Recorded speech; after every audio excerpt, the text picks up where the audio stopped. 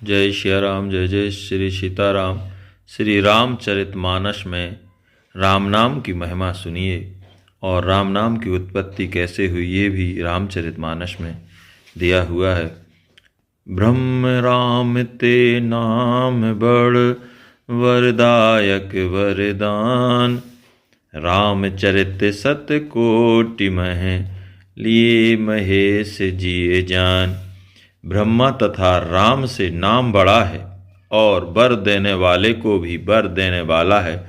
100 करोड़ रामायणों में से शिवजी ने 2 अक्षरों को निकाल लिया है। 100 करोड़ में 3 का भाग दिया तो 1 करोड़ बचा, उसे भी 3 से भाग दिया तो लाख बचे, फिर उसे 3 से भाग देने पर 1000 बचे, फिर 3 से भाग देने पर 100 बचे, फिर 3 से भाग देने पर एक श्लोक बचा जिसके 32 अक्षर होते हैं, उसको भी 3 से भाग दिया तो केवल 2 अक्षर रकार मकार शेष रहे। वही शिवजी ने सार जानकर ग्रहण किए हैं।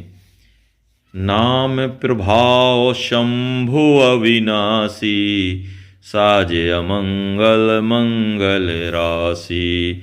सुख सनकादि सिद्धि मुनि योगी, नाम प्रसाद ब्रह्म सुख भोगी। नाम के प्रभाव से शिव जी अविनाशी हैं, जो कि अमंगल का साज सजाए होने पर मंगल के भी ढेर हैं। सुखदेव सनकादि सिद्ध मुनि योगी नाम के प्रसाद से ब्रह्म सुख का भोग करते हैं।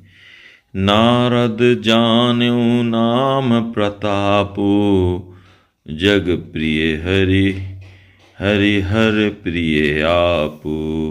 नाम जपत प्रभु कीन प्रसादु, भक्त शिरोमणि भय प्रहलादु। नारद जी ने नाम का प्रताप जाना। जगत को शिव विष्णु प्यारे हैं और आप शिव विष्णु भगवान को प्यारे हैं। नाम जपते ही प्रभु ने ऐसी दया की कि प्रहलाद भक्तों में मुकुटमणि हो गए। इस राम नाम के ही प्रताप से अनेक संकटों से बचे। पिता ने भांति भांति के दुख दिए परंतु कुछ बस न चल सका, सो प्रहलाद की कथा जगत प्रसिद्ध है। ध्रुव सगलानि जप्यु हरि नामु, पायऊँ अचल अनुपम ठामु। ध्रुव जी ने दुख पाकर के राम का नाम जपा तो भी जो चलायमान ना हो ऐसा उपमा रहित स्थान पाया। कथा स्वयंभू मनु और शत्रुपा के पुत्र राजा उत्तानपाद की 2 स्त्री थीं। तिनमें बड़ी रानी के पुत्र ध्रुव हुए।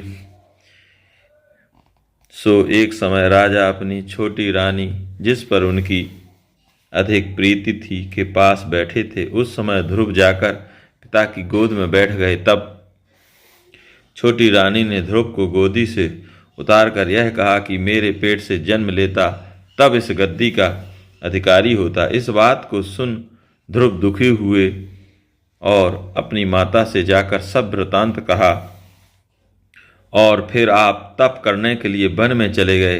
राजा ने ध्रुव को बहुत समझाया और राज्य तक देने को कहा, परंतु ध्रुव नहीं फिरे।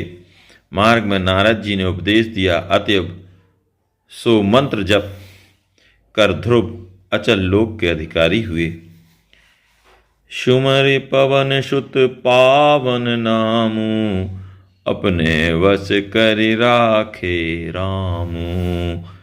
अपर अजामिल गज गणिकाऊ, भय मुक्त हरि नाम प्रभाऊ। पवन नंदन महावीर जी ने इस पवित्र नाम को ही स्मरण कर राम जी को वश में कर रखा है। यथा प्रति उपकार करो का तोरा, सन्मुख होय न शकत मन मोरा।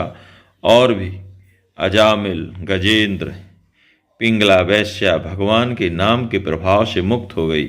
अजामिल बड़ा पापी था। एक दिन उसके घर साधु आ गए, किंतु वह घर नहीं था। उसकी स्त्री ने साधुओं की बड़ी शुश्रूषा की। साधु उसे गर्भवती देख चलते समय कह गई कि तुम्हारे पुत्र होगा, तुम उसका नाम नारायण नाम रखना। उसने पुत्र होने पर वैसा ही किया। अजामिल पुत्र को बहुत प्यार करता था। फिर जब अजामिल का अंत समय आया तब उसने यमदूतों को देखकर डरकर अपने पुत्र नारायण को पुकारा। नारायण का नाम लेने से विष्णु भगवान के दूत आ गए और उसकी अच्छी गति प्राप्त हुई।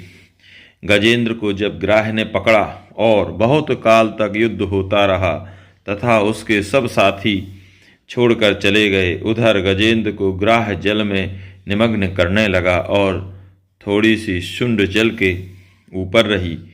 उस समय एक कमल का फूल तोड़ ईश्वर के निमित्त कर गजेंद्र ने भगवान को पुकारा। तब केशव मूर्ति ने झट आकर उसको छुड़ाया।